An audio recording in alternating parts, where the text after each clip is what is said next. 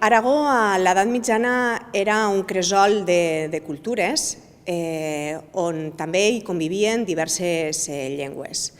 D'una banda, trobem les llengües com l'àrab, l'hebreu o el llatí, que eren predominantment litúrgiques, i n'hi havia d'altres que sobretot es donaven primer en el plànol oral i després que trobem a les fonts escrites com el català, l'aragonès i en menor mesura l'occità.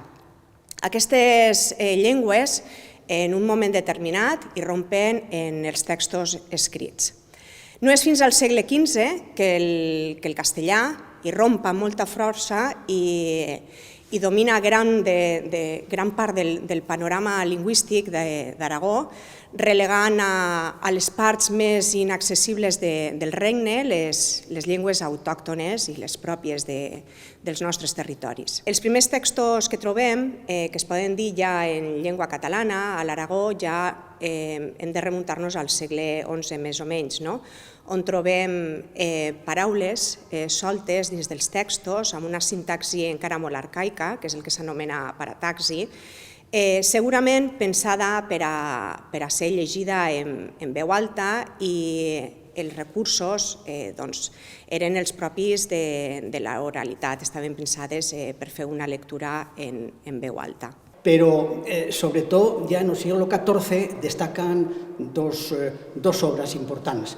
Hubo dos conjuntos de obras. Por una parte, o conjunto de obras de Joan Fernández de Heredia, maestre de Orden de Rodas, embaixador de la Corona de Aragón, un personaje importante, muy importante en la historia de Europa del siglo XIV, que tenía un taller de traducción en Aviñón y que tradució muchas obras tal aragonés desde o griego, por ejemplo, Las vidas semblantes de Plutarco, o libro de dos emperadores do historiador Zonaras, a historia das guerras do Peloponeso de Tucídides. Despois fació tamén crónicas históricas moi importantes, eran recopilacións históricas do tipo como o libro dos conqueridores e tamén la gran crónica de España.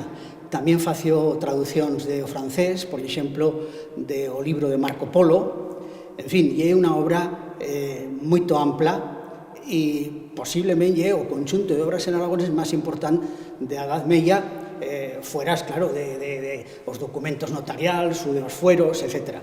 E despois había dos obras importantes tamén de Pietro Quatreno, o Cirimonioso.